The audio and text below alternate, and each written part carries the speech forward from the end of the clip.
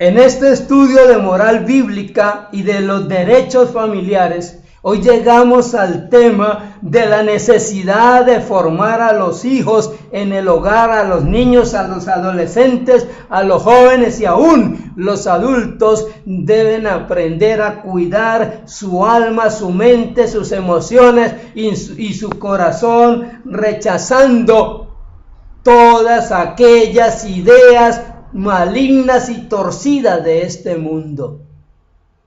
Porque la Biblia dice que hay muchos inventores de males. Por cuanto la humanidad no ha querido tener en cuenta a Dios, han construido una mente depravada para inventar toda clase de cosas y de ideas y pensamientos destructivos. Y a los niños, a los adolescentes, a los jóvenes, hay que enseñarle que los seres humanos, la gran mayoría, por amor al dinero, porque la palabra dice que aman más al dinero que a Dios. Por amor al dinero, por amor a los deleites sexuales, a los placeres sexuales, a los vicios sexuales, a las aberraciones sexuales, o por el amor y el querer controlar y dominar unos hombres a otros, porque no hay persona más cruel que el ser humano con el mismo ser humano. Y hay que enseñarles a protegerse de todas aquellas intenciones perversas de los malignos de este mundo, con sus ideas y sus enseñanzas torcidas que solamente buscan sus propios beneficios sin importarle a cuánto niño destruyen. Y los adolescentes, principalmente entre los 10 y los 17 años, hay que enseñarles a diferenciar con claridad aquellas ideas que ayudan a moldear y a construir su alma como hijos de Dios y como seres humanos perfectos y bondadosos, como seres humanos útiles a sí mismos, a su familia y a la sociedad, y a huir de todas aquellas ideas torcidas que buscan acabar con su vida. Aún hay que enseñarles lo que es la verdadera consagración moral.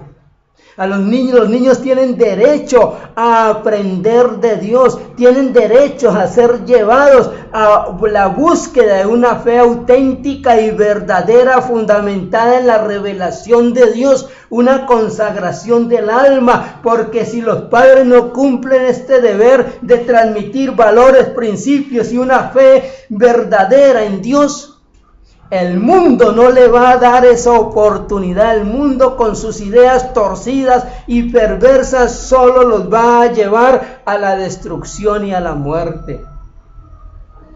Incluso si son llevados a una iglesia, hay que enseñarles la diferencia que hay entre consagrar a Dios su alma, su cuerpo, su mente, todo su ser, y no darle vana ofrenda, porque desafortunadamente muchos, aún creyentes, están pensando que consagración a Dios es servir de sus bienes.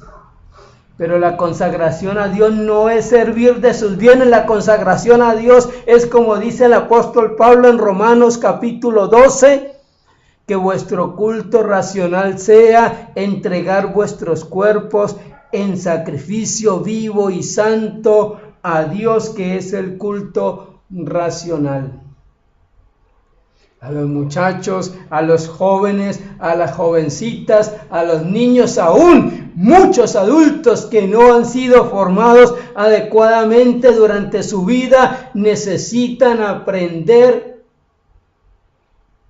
a vivir en las satisfacciones internas de su alma, de su espíritu, y no tratar de llenar el vacío de su corazón, ese vacío que Dios ha puesto para que nosotros le busquemos.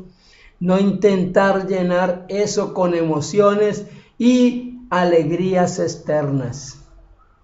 A los niños, infantes, adolescentes y jóvenes hay que dotarlos de todas las capacidades interiores, de todo el discernimiento interior, de toda la dotación interior que lo capacite para ser feliz.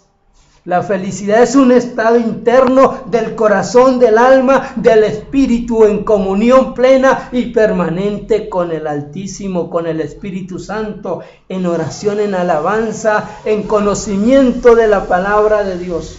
La alegría y la felicidad no está en las emociones externas de las cosas que trae este mundo, no está allí en los videos de humor, no está en aquellas cosas aparentemente graciosas, ni en las reuniones de juegos sobresaltados o de prácticas de vicios y fiestas y licor y placeres y sexo. La felicidad está en el alma,